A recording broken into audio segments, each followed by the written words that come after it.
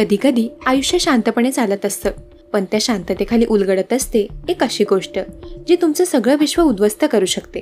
ही घटना आहे तेजस्वरची, एका प्रेमळ, साध्या पण स्वप्नाळू तरुणाची आणि त्याच्या विश्वासघाताच्या कहाणीची, जिथं प्रेम, फसवणूक आणि रक्त एकत्र मिसळलं.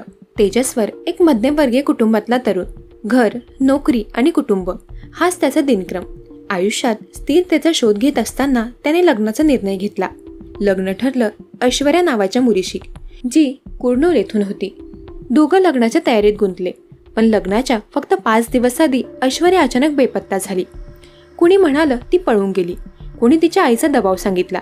पण 3 दिवसांनी ऐश्वर्या परत आली आणि एक साधं स्पष्टीकरण दिलं. आईवर जबाबदारी होती, मी मित्राकडे गेले होते. घरच्यांनी समजून घेतलं आणि मग लग्न 18 मे रोजी पार पडलं. शांततेच्या ढगाखाली वादळ सुरू होतं, पण कोणीच ते ओळखलं नाही. लग्नानंतर काही दिवस ठीक होते, पण हळूहळू ऐश्वर्याच्या वागण्यात बदल दिसू लागले. भांडण, चिडचिड आणि सतत फोनवर कोणाशी तरी संवाद. तेजस्वरने विचारलं तेव्हा त्याला उत्तर मिळालं, आईशी बोलते, मैत्रिणीशी बोलते. पण संशय वाढत गेला. एकाच नंबरशी तिचे सतत संवाद सुरू होते. आणि मग 17 जून रोजी तेजस्वर अचानक बेपत्ता झाला. घरच्यांनी शोधाशोध केली, मित्रांकडे चौकशी केली. शेवटी पोलिसात तक्रार दाखल झाली. पोलिसांचा तपास सुरू झाला आणि संशय गेला ऐश्वर्या व तिच्या आईकडे. कारण त्या दोघांच्या वागणुकीत ना घबराटीचा लवलेश होता ना काळजीचा. मोबाईल तपासले गेले, कॉल डिटेल्स उघड झाले आणि समोर आला धक्कादायक खुलासा. आई आणि मुलीचे दोघांचेही एका बँक कर्मचाऱ्याशी अनैतिक संबंध होते. तेजस्वरचा खून हा अपघात नव्हता, तो होता पूर्वनियोजित कट.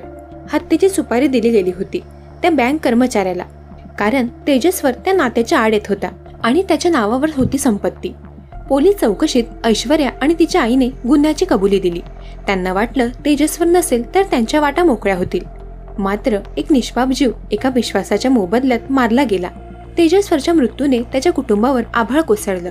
आमच्या तेजस्वरने कधीच कोणाचं वाईट केलं नाही, हे शब्द त्याच्या घरच्यांच्या ओठांवर होते. ही घटना फक्त एका हत्येची नाही, ही आहे विश्वासघाताची, जिथे प्रेमाच्या नावाखाली फसवणूक झाली. नाती फक्त मुखवटे बनली आणि माणुसकी मारली गेली. नातं टिकतं ते फक्त प्रेमावर नाही, ते टिकतं विश्वासावर, प्रामाणिकपणावर आणि निष्ठेवर. नातं केवळ प्रेमावर आधारलेलं असलं तरी त्याला आधार हवा असतो तो विश्वासाचा, प्रामाणिकपणेचा आणि निष्ठेचा. जेव्हा या मूल्यांचा अभाव असतो तेव्हा नातं हे एक मुखवटा बनतं, जे शेवटी विनाशाला कारणीभूत ठरतं.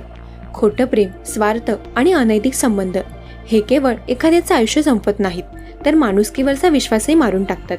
नात्यामध्ये पारदर्शकता आणि संचुटी अनिवार्य आहे. प्रेम हे नुसतं भावना नाही, ती जबाबदारी आहे. खोट्या नात्यामागे चाललेला स्वार्थ शेवटी स्वतःला संपवतो. विश्वास एकदा तुटला की कोणत्याही नात्याची पुनर्रचना अशक्य होते. मनुष्याच्या नजरेतून नाही तर कृतीतून त्याचा खरा स्वभाव ओळखावा. जर ही घटना ऐकून तुमचं मन हादरलं असेल तर चॅनलला जरूर सबस्क्राईब करा. पुढे अशाच सत्य घटना ऐकण्यासाठी बेल आयकॉनवर प्रेस करा.